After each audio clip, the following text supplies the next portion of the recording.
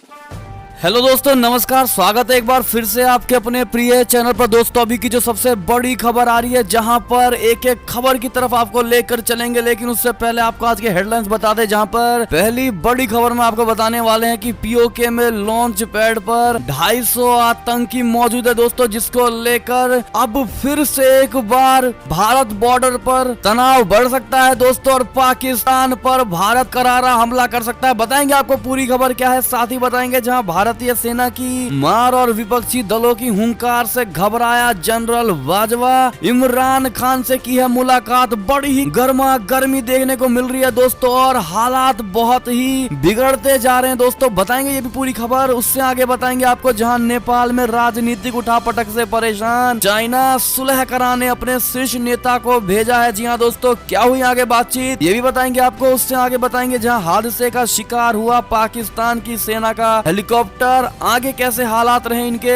ये भी बताने वाले हैं आपको आज ही आगे की खबरों में। साथ ही आपको बताएंगे जहां अमेरिका के लोगों को नहीं मिलेगा अब कोरोना रिलीफ का पैकेज, डोनाल्ड ट्रंप ने हस्ताक्षर करने से कर दिया है मना। जी हाँ दोस्तों, बताएंगे ये पूरी खबर आज आपको। साथ ही बंगाल चुनाव से जुड़ी भी बड़ी खबर आ रही है दोस्तों, और क्या रहने वाले हैं इस बार के हालात, सब खबरों की गहराई में आपको लेकर चलेंगे। तो बने रहिएगा वीडियो के अंत तक। और खबरों में आगे बढ़ने से पहले अगर आप भी मानते हैं कि मोदी जी है तो हर चीज संभव है, और भारतीय सेना है तो चाइना जैसे देश कुछ नहीं है, तो इस वीडियो को भी कर दीजिए लाइक, चैनल को कर दीजिए सब्सक्राइब, बेल आइकन दबाइए, साथ ही कमेंट बॉक्स में लिख दीजिएगा जय हिंद। जी हाँ दोस्तों, तब चलते हैं पहली और सबसे बड़ी खबर की तरफ, जहां पर पीओके में लॉन्च पैड पर 250 आतंकी मौजूद है दोस्तों, जहां बॉर्डर पर तनाव बढ़ा सकता है पाकिस्तान। बता दें आपको, सर्दियों का मौसम शुरू होने के साथ ही अपने अंदरूनी मुद्दों से ध्यान भटकाने के लिए पाकिस्तान द्वारा नियंत्रण रेखा एलओसी के पास तनाव बढ़ाने की आशंका से इनकार नहीं किया जा सकता है। ये बात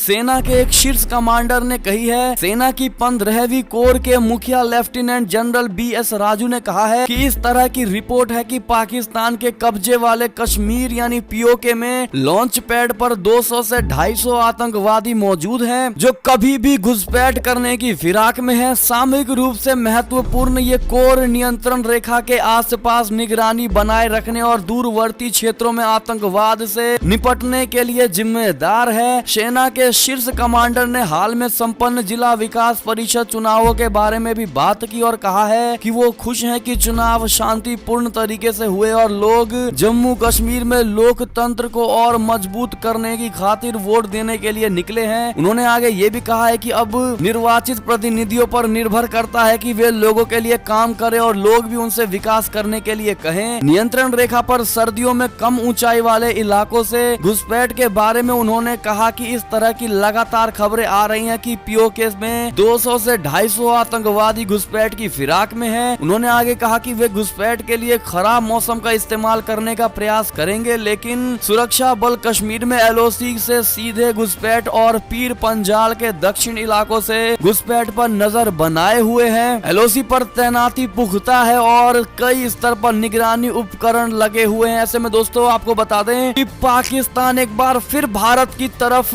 हमले की साजिश रच रहा है दोस्तों, लेकिन इस बार भारत भी इसको मुकुल जवाब देने वाला है। और आपको बता दें कि चाइना और भारत और पाकिस्तान और भारत ये मुद्दे आने वाले टाइम में और भी गर्म होने वाले हैं दोस्तों, और ऐसा लगता है कि पाकिस्तान के साथ फिर एक बार ऐसे में अगर आप भी चाहते हैं कि भारत को सबसे पहले आतंकिस्तान को सेट कर देना चाहिए दोस्तों, तो कमेंट सेक्शन में जरूर लिखकर बताइएगा कि हमें सर्जिकल स्ट्राइक चाहिए। कमेंट करना बिल्कुल मत भूलिएगा। एक और खबर की बात करें तो भारतीय सेना की मार और विपक्षी दलों की हुंकार से घबराया जनरल बाजवा। इमरान खान से किया इन्होंने मुलाकात। बता दें, एलओसी पर भारतीय सेना की जबरदस्त जवाबी कार्यवाही और पाकिस्तान में विपक्षी दलों के जोरदार प्रदर्शन से घबराया पाकिस्तानी सेना प्रमुख जनरल कमर जावेद बाजवा ने प्रधानमंत्री इमरान खान से मुलाकात की। इस मुलाकात के दौरान इमरान खान और जनरल बाजवा ने आतंकिस्तान के बाहरी और अंदरूनी सुरक्षा हालातों पर चर्चा की है। आतंकिस्तान के प्रधानमंत्री कार्यालय ने बयान जारी कर बताया है कि जनरल बाजवा के साथ इंटर सर्विसेज इंटेलिजेंस के प्रमुख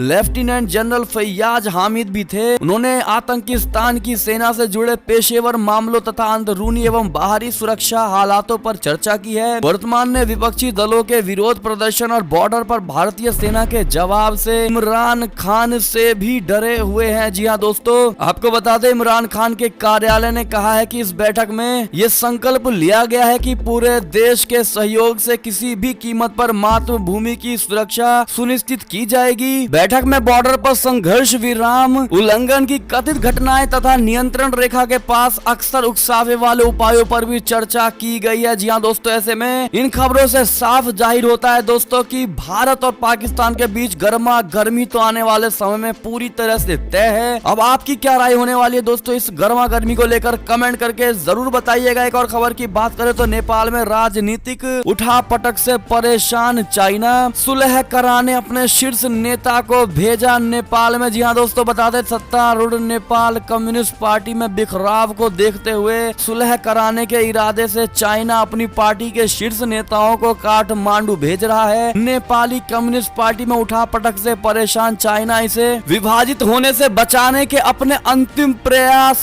के तहत अपने नेताओं को नेपाल भेज रहा है। दरअसल बीते सप्ताह नेपाल के प्रधानमंत्री केपी शर्मा ओली ने संसद को भंग कर दिया था। इसके बाद माना यह जा रहा है कि नेपाल कम्युनिस्ट पार्टी दो फाड़ हो चुकी है। कम्युनिस्ट पार्टी ऑफ चाइना की सेंट्रल कमेटी के अंतर्राष्ट्रीय विभाग के उप मंत्री ऐसे समय में नेपाल का दौरा कर रहे हैं जब सत्तारूढ़ नेपाल कम्युनिस्ट पार्टी में कलह अपने चरम पर है। नेपाल के प्रमुख अंग्रेजी अखबार काठमांडू पोस्ट ने शनिवार को अपने ऑनलाइन संस्करण में लिखा है कि सदन को भंग करने के निर्णय ने चाइना को आश्चर्यचकित कर दिया है और वे पिछले 2 महीनों में भारत की यात्राओं की एक श्रृंखला के बारे में भी चिंतित है, जिसमें एक स्थायी समिति के सदस्य भी शामिल है जो नेपाल पर चाइना की स्थिति से अवगत है। जी हाँ दोस्तों, अब ऐसे में ये देखना होगा कि जिस प्रकार से चाइना के द्वारा पार्टी को तोड़ने का प्रयास किया जा रहा है दोस्तों, और भारत संघ नेपाल को न आने देने की कोशिश चाइना की तरफ से की जा रही है। अब ऐसे में भारत किन प्रयासों को नेपाल को लेकर अपनाता है ये तो आगे आने वाला समय ही बताएगा। और अभी आपकी क्या राय होने वाली दोस्तों इसको लेकर जरूर बताइएगा आप लोग कमेंट करके। एक और खबर की बात करें तो हादसे का शिकार हुआ पाकिस्तानी सेना का हेलीकॉप्टर, पायलट सहित 4 लोगों की मौत। बता दें पाकिस्तान की सेना का एक हेलीकॉप्टर गिलगित बाल्टिस्तान में तकनीकी खामी की वजह से दुर्घटनाग्रस्त हो गया है, जिसमें 4 सैनिकों की मौत हो गई है। इस हेलीकॉप्टर से सेना के एक जवान के शव को स्कार्दू के एक अस्पताल ले जाया जा रहा था। सेना ने एक बयान में बताया है कि ये हेलीकॉप्टर शनिवार शाम में एस्तोर जिले के मिनी मार्ग में दुर्घटनाग्रस्त हो गया था। बयान में यह बताया गया है कि तकनीकी खामी की वजह से यह दुर्घटना हुई और इसमें पायलट, सह पायलट और 2 सैनिकों की मौत भी हो गई है। दोस्तों, ऐसे में इस खबर से सिर्फ और सिर्फ पाकिस्तान की खामियां ही एक कारण नजर आता है। दोस्तों, आप लोगों की क्या राय है आप जरूर बताइएगा। एक और खबर की ओर चलें तो फ्रांस अमेरिका से भिड़े तुर्की की अर्थव्यवस्था गर्त में है। दोस्तों, एर्दोगन बोले बुरी शक्तियों से देश को बचाएंगे। बता दे फ्रांस और अमेरिका से खुलेआम पंगा लेना तुर्की के राष्ट्रपति रेचप तैयप एर्दोगन को भारी पड़ता दिखाई दे रहा है। अमेरिका के नए प्रतिबंधों के कारण तुर्की की अर्थव्यवस्था गर्त में जाती दिखाई दे रही है। उधर राष्ट्रपति एर्दोगन ने ऐलान कर दिया है कि वे हर हाल में बुरी शक्तियों से अपने देश की अर्थव्यवस्था को उबारेंगे। उन्होंने आगे ये भी कहा है कि ब्याज दरों, मुद्रास्फीति और विनिमय दरों में संरचनात्मक सुधार लाने के लिए नए साल में कई परिवर्तन भी किया जाएगा। बता दें तुर्की के राष्ट्रपति ने पिछले महीने ही न्यायिक और आर्थिक सुधारों का वादा किया था। इनके वादे के बाद से यह अंदेशा जताया जा रहा था कि जल्द ही तुर्की के जेलों में बंद कुर्द और दूसरे राजनेताओं को रिहा कर दिया जाएगा। हालांकि कई विशेषज्ञों ने एर्दोगन के इस वादे पर संदेह भी जताया है। आपको बता दें कि 2 साल पहले तुर्की में हुए असफल तख्ता पलट की कोशिश करने के आरोप में एर्दोगन ने अपने कई विरोधी राजनेताओं को जेल में डाल दिया था। जी हाँ दोस्तों, अब ऐसे में फ्रांस और अमेरिका से जिस प्रकार तुर्की भिड़ गया है, ऐसे में इसके अर्थव्यवस्था की तो बुरी हालत होती हुई नजर आ रही है दोस्तों। और ऐसे में एर्दोगन बोलते हुए नजर आए हैं कि बुरी शक्तियों से देश को बचाएंगे, लेकिन हमें नहीं लगता कि फ्रांस और अमेरिका से भिड़ने के बाद कोई देश अपने आप को सुधार पाएगा। आपका क्या मानना है दोस्तों जरूर बताइएगा। एक और खबर की बात करें तो चाइना में चाकू से हमला, 7 लोगों की मौत, कई लोग घायल, संदिग्ध गिरफ्तार कर लिया गया है। दोस्तों, अमेरिका में भी गोलीबारी की गई है। बता दें आपको चाइना में चाकू से किए गए हमले में कम से कम 7 लोगों की मौत हो गई है। अधिकारियों ने रविवार को बताया कि चाकूबाजी की यह घटना चाइना के पूर्वोत्तर लियाओनिंग प्रांत में हुई। संदिग्ध हमलावर को पुलिस ने गिरफ्तार तो कर लिया है।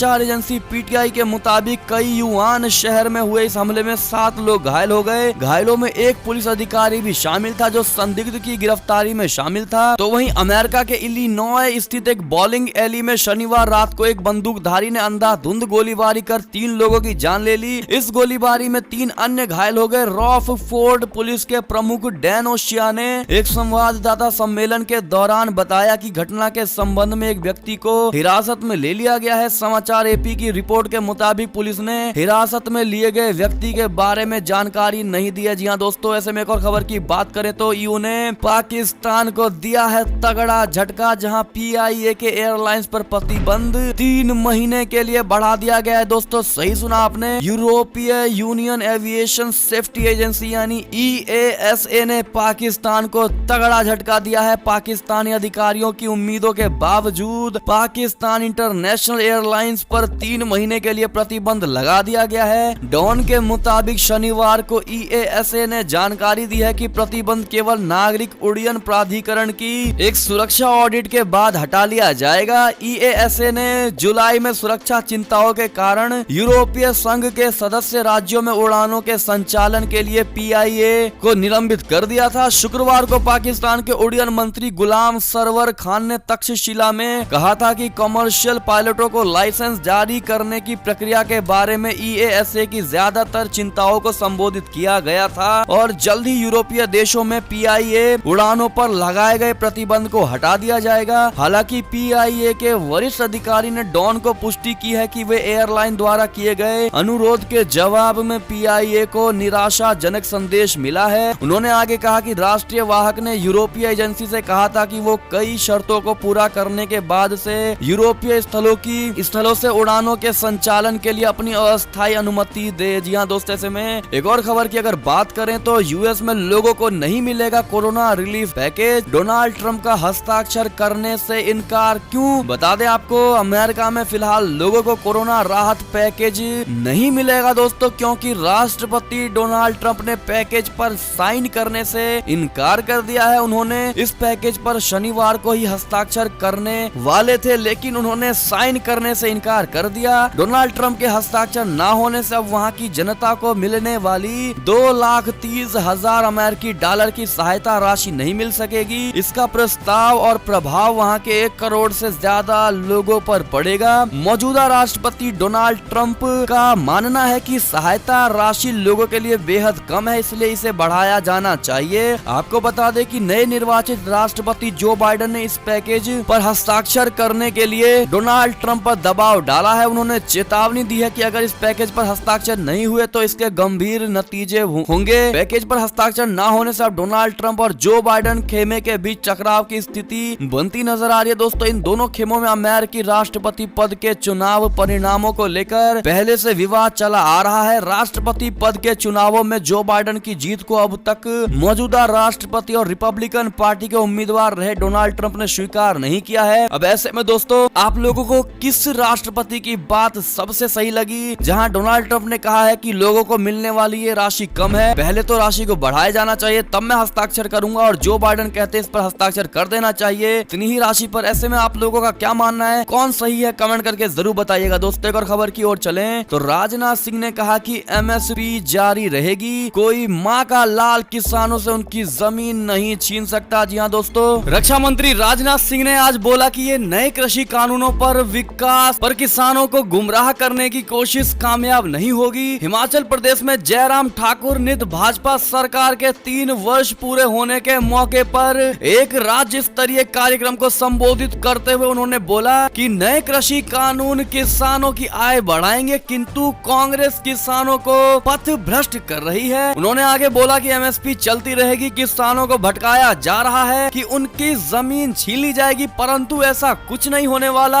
आपको बता दें उन्होंने डिजिटल माध्यम से कार्यक्रम को संबोधित करते हुए बोला है कि जब कभी कभी सुधार लागू किए जाते हैं तब इसके सकारात्मक नतीजे नजर आने प्रारंभ होने में कुछ साल जरूर लग जाते हैं। उन्होंने आगे बोला कि चाहे वो तत्कालीन वित्त मंत्री मनमोहन सिंह के जरिए लाए गए साल 1991 के आर्थिक सुधार हो या फिर वाजपेयी सरकार के दौरान लाए गए अन्य सुधार हो, उनके सकारात्मक नतीजे नजर आने में 4 से 5 साल लग गए थे। उन्होंने आगे बोला हालांकि इसी तरह नरेंद्र मोदी के जरिए जरिए किए गए कृषि सुधारों के सकारात्मक नतीजों को देखने हेतु यदि हम 4-5 साल इंतजार नहीं कर सकते हैं तो हम कम से कम 2 वर्ष तो प्रतीक्षा कर ही सकते हैं। नए कृषि कानूनों को निरस्त करने की मांग को लेकर दिल्ली सीमाओं पर हजारों की संख्या में किसान लगभग 1 महीने से प्रदर्शन कर रहे हैं। जी हाँ दोस्तों, ऐसे में राजनाथ सिंह की बातों का आप कितना समर्थन करते हैं दोस्तों? अगर आप भी मानते हैं कि बिल्कुल सही और बिल्कुल सटीक बात कही गई है राजनाथ सिंह की ओर से, तो आप भी कमेंट सेक्शन में हमारा राजनाथ सिंह का फुल सपोर्ट है कमेंट करके जरूर बताइएगा। एक और खबर की बात करें तो भारत में ऑक्सफोर्ड की कोविड वैक्सीन को मिल सकती है आपातकालीन स्थिति में इस्तेमाल की मंजूरी। जी हाँ दोस्तों, कोरोना से जंग के लिए वैक्सीन के इंतजार में बैठे भारतवासियों के लिए एक अच्छी खबर है। खबरों के मुताबिक स्वदेशी टीकों को मंजूरी मिलने में हो रही देरी के बीच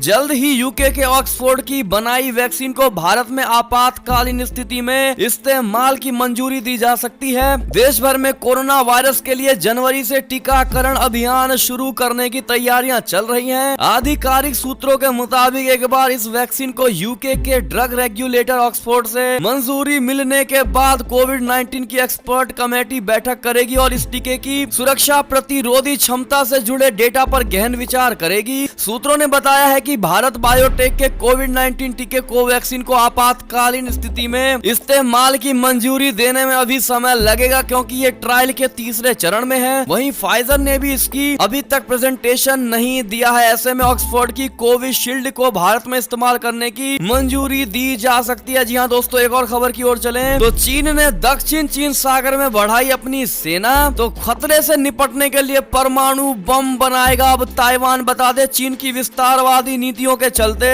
दक्षिण चीन सागर में ड्रैगन को दखल लगातार बढ़ता ही जा रहा है। चीनी सेना के दक्षिण चीन सागर में बढ़ते जमावड़े से हमले का खतरा की आशंका जताई जा रही है। चीनी सेना पीएलए के हमले बढ़ते खतरे के बीच अब आशंका ये जताई जा रही है कि ताइवान आत्मरक्षा के लिए परमाणु बम बनाने का रास्ता अख्तियार कर सकता है। जी हाँ दोस्तों, ऐसे में ताइवान अपने आप को हर तरीके से तैयार करने की कोशिश में तो लगा ही हुआ है, लेकिन अब परमाणु बम भी बनाएगा। दोस्तों, ऐसे में आपका सपोर्ट है ताइवान को तो कमेंट करके जरूर बताइएगा, और ताइवान सही दिशा में जा रहा है या नहीं अपना सजेशन जरूर दीजिएगा। दोस्तों, और खबर की बात करें तो डोनाल्ड ट्रंप अब मीडिया पर भड़के, जहां उन्होंने कहा है कि मेलानिया सबसे खूबसूरत है, लेकिन 4 साल में किसी ने भी उसको मैगजीन कवर पर नहीं लेकर आया। जी हाँ दोस्तों, अमेरिकी राष्ट्रपति डोनाल्ड ट्रंप ने अपनी पत्नी मेलानिया ट्रंप को नजरअंदाज करने को लेकर मीडिया पर गुस्सा निकाला है। उन्होंने कहा है कि अमेरिका के इतिहास में मेलानिया सबसे खूबसूरत फर्स्ट लेडी है, लेकिन 4 सालों में उन्हें किसी बड़ी मैगजीन ने अपने कवर पेज पर नहीं छापा। इसके साथ ही डोनाल्ड ट्रंप ने कहा कि इससे पहले बराक ओबामा के कार्यकाल के दौरान मिशेल ओबामा को 8 साल में 12 बड़ी मैगजीन ने कई बार अपने कवर पेज पर प्रकाशित किया था। ऐसे में दोस्तों, डोनाल्ड ट्रंप ने मिशेल ओबामा और फर्स्ट लेडी मेलानिया ट्रंप को लेकर इनके बीच में मीडिया पर भेदभाव का आरोप लगाया है। ऐसे में आप लोगों का क्या मानना है दोस्तों? कमेंट करके जरूर बताइएगा। क्या डोनाल्ड ट्रंप का कहना बिल्कुल सही है, हाँ या ना? जो भी राय हो आपकी कमेंट करके अवश्य बताइएगा। एक और खबर की बात करें तो WHO प्रमुख ने कहा है कि कोरोना अंतिम महामारी नहीं, दुनिया को आगे के संकट के लिए होना होगा तैयार। जी हाँ दोस्तों, विश्व स्वास्थ्य संगठन यानी WHO के प्रमुख टेड्रोस अधानोम घेब्रेयेसस ने कोरोना वायरस महामारी को लेकर बड़ा दावा किया है। दोस्तों, शनिवार यानी 26 दिसंबर को एक महत्वपूर्ण घोषणा करते हुए WHO के चीफ ने कहा है कि कोरोना वायरस दुनिया के लिए अंतिम महामारी संकट नहीं है। टेड्रोस ने आगे कहा कि अगर हम जलवायु परिवर्तन और पशु कल्याण को लेकर हल नहीं ढूंढ पाते तो मानव स्वास्थ्य को बेहतर करने वाले हमारे सभी प्रयास व्यर्थ साबित होंगे। टेड्रोस ने आगे कहा कि हम पैसे के इस्तेमाल से इस तरह की महामारी के प्रकोप को रोकने की कोशिश कर रहे हैं, जो खतरनाक ढंग से एक अदूरदर्शी तरीका है। जी हाँ दोस्तों, चलते कर बड़ी खबर की ओर, जहां चाइना ने पाकिस्तान को 50 आर्म ड्रोन बेचा है दोस्तों, और कहा है ये भारत के लिए बुरे सपने की तरह है। जी हाँ दोस्तों, चाइना ने भारत के खिलाफ पाकिस्तान को मजबूत करने के लिए उसके साथ एक बड़ा रक्षा सौदा किया है। इस सौदे के अनुसार चाइना ने पाकिस्तान को 50 आर्म ड्रोन बेचे हैं, यानी 50 आर्म ड्रोन सेल किए गए हैं। दोस्तों, चाइना ने पाकिस्तान को न सिर्फ हथियार बेचे हैं बल्कि भारत के लिए इसे बुरा सपना भी बताया है। चीन की सरकारी मीडिया ने कहा है कि पाकिस्तान के साथ ये डील भारत के लिए बुरे सपने की तरह है। इस रिपोर्ट में ये भी कहा गया है कि भारत के पास अभी तक ऊंचाई वाले इलाकों में इन हथियारों का जवाब दे सकने वाले हथियार है ही नहीं। ऐसे में दोस्तों भारत को लेकर बड़ी ही हीन भावना के साथ चाइना ने ये बातें कही है। इसको लेकर आपकी क्या राय होगी दोस्तों, और आप किस प्रकार से जवाब देना चाहेंगे भारत चाइना को, कमेंट करके जरूर बताइएगा। एक और खबर की ओर चलें तो डीआरडीओ ने बनाई बेहद खतरनाक जेपीवीसी कार्बाइन, 1 मिनट में दाग सकती है 700 गोलियां। जी हाँ दोस्तों, इंडियन एक्सप्रेस की रिपोर्ट के मुताबिक डीआरडीओ ने हाईटेक कार्बाइन विकसित कर ली है। ये कार्बाइन सेना के परीक्षणों में भी सफल पाई गई है दोस्तों। ट्रायल का अंतिम चरण पूरा होने के बाद अब कार्बाइन तीनों सेनाओं व अन्य अर्धसैनिक बलों में इंडक्शन के लिए तैयार है। अखबार की रिपोर्ट में बताया गया है कि ये लेटेस्ट कार्बाइन सेना में इस्तेमाल हो रही 9mm कार्बाइन की जगह लेगी। इसके साथ ही इसे अब CRPF, BSF, ITBP, SSB, CISF और राज्य पुलिस बलों के बेड़े में भी शामिल किया जाएगा। ऐसे में दोस्तों इस नई टेक्नोलॉजी को लेकर आपकी क्या राय होगी जरूर बताइएगा। एक और खबर की अगर बात करें तो नीतीश कुमार का बड़ा कदम, जहां अपने करीबी आरसीपी सिंह को बनाया जेडीयू का नया अध्यक्ष। जी हाँ दोस्तों, एक और खबर की बात करें तो किरण रिजिजू ने प्रधानमंत्री के सिर बांधा जीत का सेहरा, कहा मोदी लहर बरकरार है। जी हाँ दोस्तों, अरुणाचल प्रदेश के पंचायत चुनाव में भाजपा को बड़ी जीत हासिल हुई है। यहाँ की जिला परिषद सदस्य की 185 सीटों पर बीजेपी को बम्पर जीत मिली है दोस्तों। दूसरे नंबर पर कांग्रेस पार्टी रही जिसे मात्र 11 सीटें मिली हैं, तो वहीं तीसरे नंबर पर जेडीयू को 9 सीटों और एनपीपी को 5 सीटों पर संतोष करना पड़ा है। इस जीत से खुश केंद्रीय मंत्री रिजिजू ने बड़ी बात कही है। उन्होंने इस बड़ी जीत का सेहरा प्रधानमंत्री मोदी के सिर बांधा है। रविवार को मीडिया से बात करते हुए रिजिजू ने कहा कि लोगों का भरोसा प्रधानमंत्री मोदी पर बना हुआ है और ये जीत प्रधानमंत्री नरेंद्र मोदी की लहर की ही देन है। हमारी सरकार जो कहती है वो करती है, इस बात से ही लोगों का भरोसा उस पर बना हुआ है। मालूम हो कि भारतीय जनता पार्टी ने पासीघाट नगर निगम की 8 में से 6 सीटों पर जीत दर्ज करके कांग्रेस से स्थानीय निकाय का शासन छीन लिया। ऐसे में दोस्तों इस बीजेपी के बम्पर जीत के लिए मोदी सरकार को कांग्रेचुलेशन या बधाई जरूर कह दीजिएगा दोस्तों। और खबर की बात करें तो महेंद्र सिंह धोनी ने बने T20 और वनडे टीम के कप्तान। टीम में विराट और रोहित को मिली ये बड़ी जगह। बता दें भारतीय टीम के सबसे सफल कप्तान महेंद्र सिंह धोनी ने इसी साल 15 अगस्त को अंतरराष्ट्रीय क्रिकेट से संन्यास ले लिया था। उनकी कप्तानी में टीम इंडिया को 2 वर्ल्ड कप हासिल किए हैं और उनकी काबिलियत को आईसीसी ने सम्मानित किया है दोस्तों। भारत को 28 साल बाद वनडे विश्व कप दिलाने वाले कप्तान महेंद्र सिंह धोनी को आईसीसी ने इस दशक की अपनी 50वीं ओवरों की टीम का कप्तान नियुक्त किया है। इस टीम में धोनी के अलावा 2 और भारतीय हैं, रोहित शर्मा और विराट कोहली को इस टीम में जगह दी गई है। जी हाँ दोस्तों, ऐसे में ये बड़ी खबर थी और आप महेंद्र सिंह के इस बड़े और ऐसे में आप महेंद्र सिंह को दिए गए इस पद के लिए इनको कांग्रेचुलेशन बधाई जरूर दे दीजिएगा दोस्तों। को खबर की ओर चले तो पूर्वोत्तर को सौगात, जहां गृह मंत्री अमित शाह बोले भाजपा की सरकार बनने के बाद कभी मणिपुर बंद नहीं हुआ। जी हाँ दोस्तों, कितने लोग जो गृह मंत्री अमित शाह की इस बात से सहमत है वो जरूर बताइएगा दोस्तों। एक और खबर की बात करें तो राम मंदिर निर्माण के लिए शिला दान करने के लिए संघ की बैठक हुई है। बता दें पावो ब्लॉक में आज संघ द्वारा एक बैठक का आयोजन किया गया। बैठक का मकसद था कि अयोध्या स्थित राम मंदिर के लिए मोदी जी और योगी जी की पहल पर राम मंदिर के निर्माण के लिए एक शिला व दान के लिए ब्लॉक पावो में भी अभियान की रूपरेखा किस तरह तैयार की जाए, इसके लिए बैठक में संघ के राम जन्मभूमि समिति के ब्लॉक पावो प्रभारी लखपत भंडारी व संभाग निरीक्षक भगवती प्रसाद चमोली ने अपने विचार रखे हैं। जी हाँ दोस्तों, उन्होंने कहा है कि राम जन्मभूमि के लिए पूरे देश से हर घर से एक शिला मंदिर के निर्माण के लिए प्रधानमंत्री मोदी और आदित्यनाथ योगी द्वारा देने का आह्वान किया है। जी हाँ दोस्तों, ऐसे में ये बड़ी खबर मानी जा रही थी और ये थी अब तक की सारी बड़ी खबरें। आपको हमारी खबरें कैसी लगी? आशा करता हूँ काफी अच्छी लगी होगी। अगर जरा भी अच्छी लगी है तो इस वीडियो को अभी अपने भाई बंधुओं में व्हाट्सएप, फेसबुक, ट्विटर के जरिए पूरे भारत में शेयर करना